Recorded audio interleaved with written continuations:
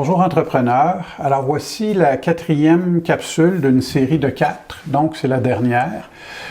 Cette série portait sur le genre de reporting que je vous suggère d'avoir à la fin de chacun des mois. La toute première capsule portait sur un format d'analyse des ventes là, que j'appelle la segmentation croisée des ventes. La deuxième capsule sur un format de résultats qui vous indique des tendances au niveau de vos chiffres plutôt que des écarts année passée versus cette année. Alors on regarde un horizon plus long de 3 à 5 ans. La troisième capsule sur des éléments de bilan qui vous permet de voir votre évolution, votre gestion financière des postes d'actifs et de passifs, avec aussi du benchmarking.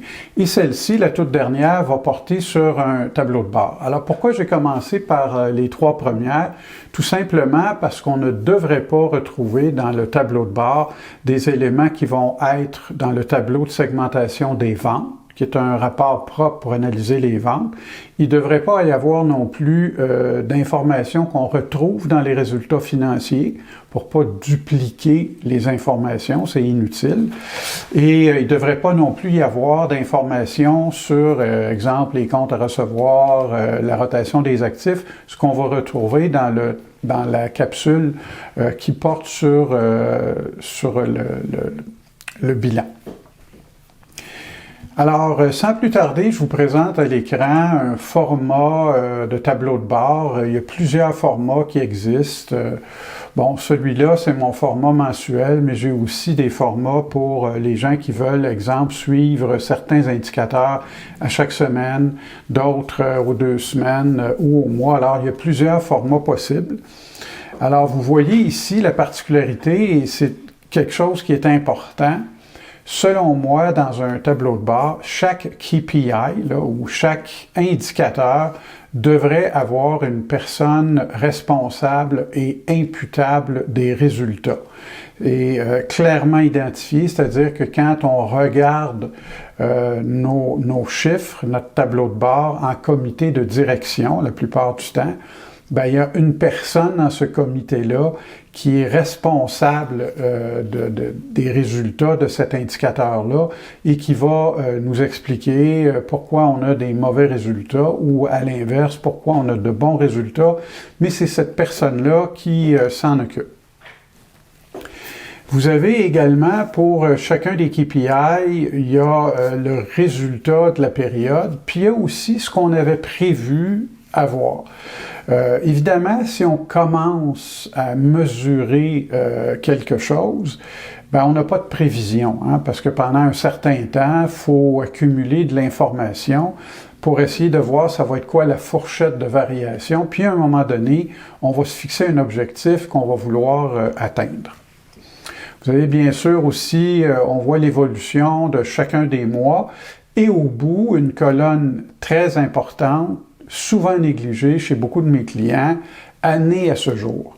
Moi, parce que souvent, dépendamment du type d'indicateur, on peut avoir des variations qui sont relativement importantes d'un mois à l'autre, mais quand ça fait quelques mois dans l'année qu'on suit l'indicateur, moi, c'est la colonne qui me parle le plus. Alors, si après 4, 5, 6 mois dans l'année, on s'aperçoit que nos résultats actuels sont beaucoup en deçà de ce qu'on avait prévu, ça, là, c'est symptomatique.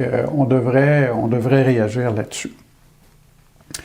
Je vous amène à l'écran 3 indicateurs qu'on devrait normalement retrouver, je pense, dans tous les tableaux de bord, quelle que soit la nature de vos opérations, que vous soyez manufacturier, entreprise de service ou entreprise en distribution.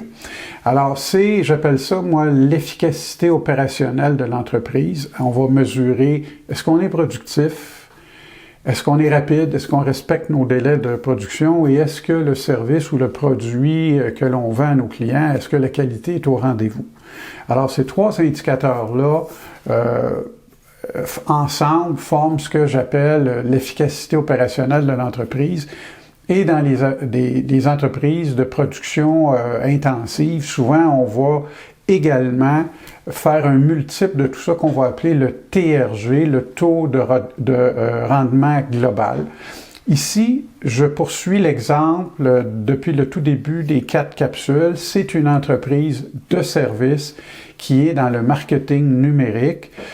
J'ai volontairement choisi une entreprise de service parce que souvent les clients qui sont dans le service me disent « Ah, les tableaux de bord, c'est fait pour les gens qui sont des manufacturiers, pas pour nous », ce qui est tout à fait faux. Peu importe le type d'entreprise, on devrait être en mesure de mesurer son efficacité opérationnelle. Alors ici, bon, on a PM, là, c'est la personne qui s'occupe des opérations. C'est fictif, évidemment, là, le tableau de bord. PM pour peut-être Pierre Marcouillet ou peu importe, c'est ses initiales. Alors, la productivité, ici, on a choisi de la mesurer en déterminant pour chaque heure de main-d'œuvre directe, là, la main-d'œuvre directe étant la main-d'œuvre qui produit le service que l'on vend à la clientèle. Alors, je génère combien de ventes pour chacune des heures travaillées par ces gens-là. Alors là, on voit la fluctuation. Puis ici, l'entreprise s'est donnée comme objectif de faire 95 $ par heure travaillée au niveau de sa main-d'œuvre directe. Alors, on voit des fluctuations. On voit qu'au mois de mars, on a fait un peu mieux que notre objectif, 101 $ en moyenne. Les couleurs, c'est le cas de la route. Jaune, on est en deçà. Vert, on est au-dessus. Puis quand il n'y a pas de couleur, ben on est à peu près là, sur l'objectif. Évidemment, j'aurais pu choisir bien d'autres façons de mesurer la productivité. J'aurais pu choisir, par exemple, de comparer les heures réelles travaillées dans un mandat versus les heures qu'on avait prévu mettre pour ce mandat-là, ce qui aurait donné un pourcentage. Et ça, cette façon de mesurer-là est utilisée par beaucoup de mes clients. En fabrication, on pourrait par exemple mesurer le nombre d'heures travaillées par unité produite. Il y a 1001 façons de mesurer la productivité. À vous de définir quelle est la meilleure façon chez vous de le faire. Puis ici, on se donne tout simplement un tableau pour voir comment on évolue dans le temps. Et là, je marque année à ce jour à la fin. Mais quand ça fait un certain nombre d'années que vous suivez vos chiffres, vous pourriez même écrire il y a 2 ans, ça avait l'air de ça, il y a 3 ans, ça avait l'air de ça. Fait que ça vous donne un bon aperçu de votre évolution dans le temps. Le délai, ici, on a choisi de mesurer le nombre de mandats livrés à temps.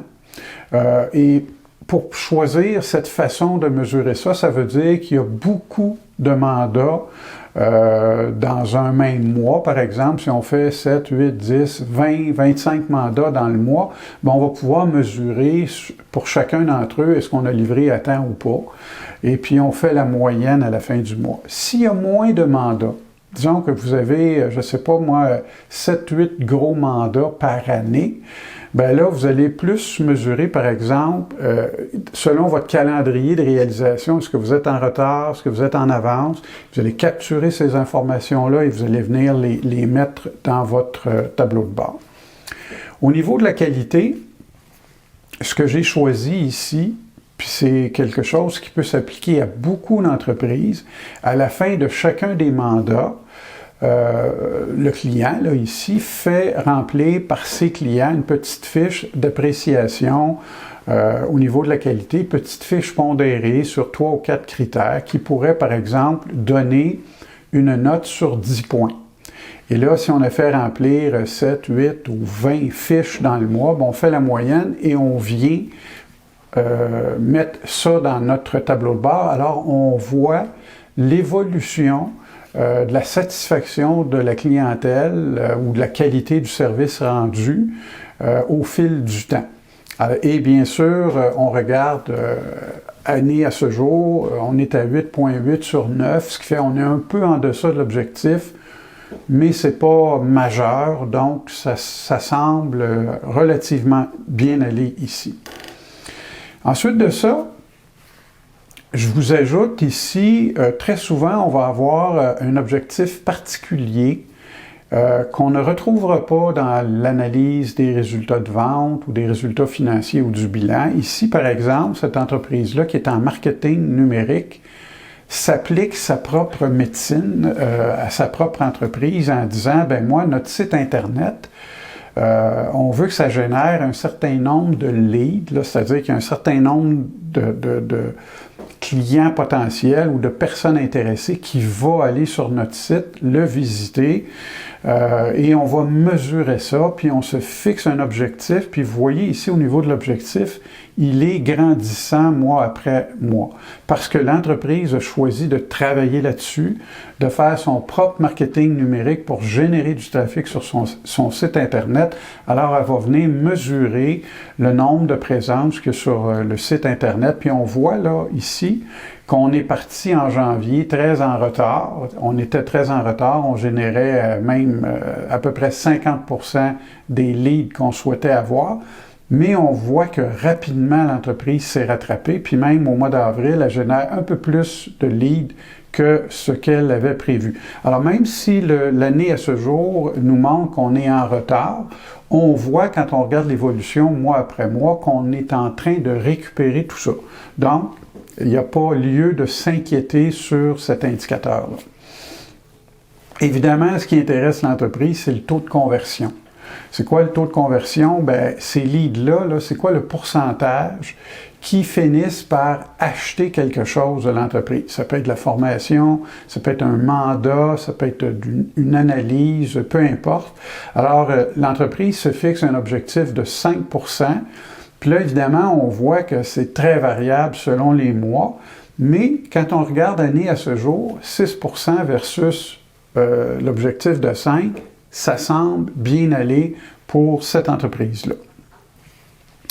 Carnet de commandes, très souvent, les entreprises de services et même de fabrication vont porter une attention particulière au carnet de commandes.